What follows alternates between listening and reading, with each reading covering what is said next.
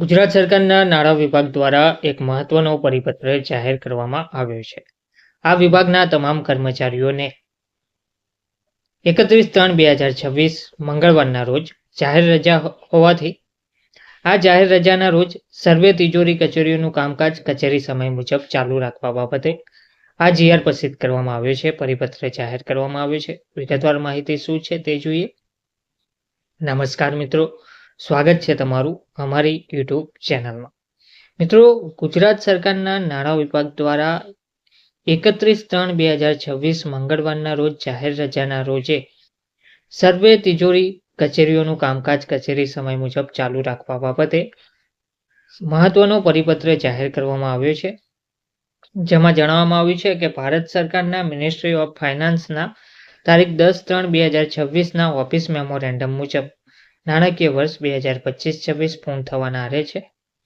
તેમજ તારીખ 26/3/2026, તારીખ 28/3/2026 અને તારીખ 29/3/2026 તથા તારીખ 31/3/2026ના રોજ જાહેર રજા હોય રાજ્યની તિજોરી કચેરીઓમાં બિલોના સ્વીકાર, ચકાસણી અને ચૂકવણા માટે પૂરતો સમય મળી રહે તે હેતુથી તારીખ 31/3/2026ની જાહેર રજામાં સર્વે જિલ્લા તિજોરી કચેરીઓ, પેટા તિજોરી કચેરીઓ, પગાર અને હિસાબી કચેરીઓનું કામકાજ ચાલુ રાખવામાં આવશે તેવું જણાવવામાં આવ્યું છે.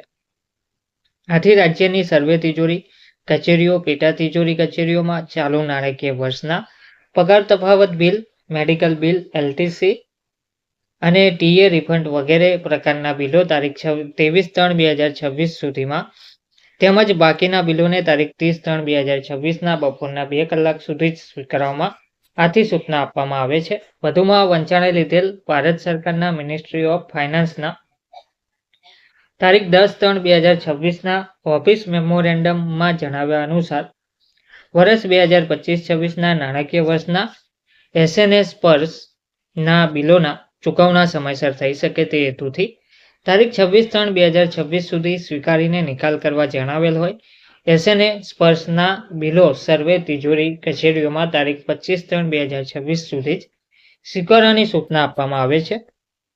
સદરુ સૂચના મુજબની કાર્યવાહી અચૂકપણે સમયસર થાય તેની પૂરતી કાળજી રાખવા સર્વે સંબંધિત અધિકારીઓ, કર્મચારીઓને આથી જણાવવામાં આવે છે.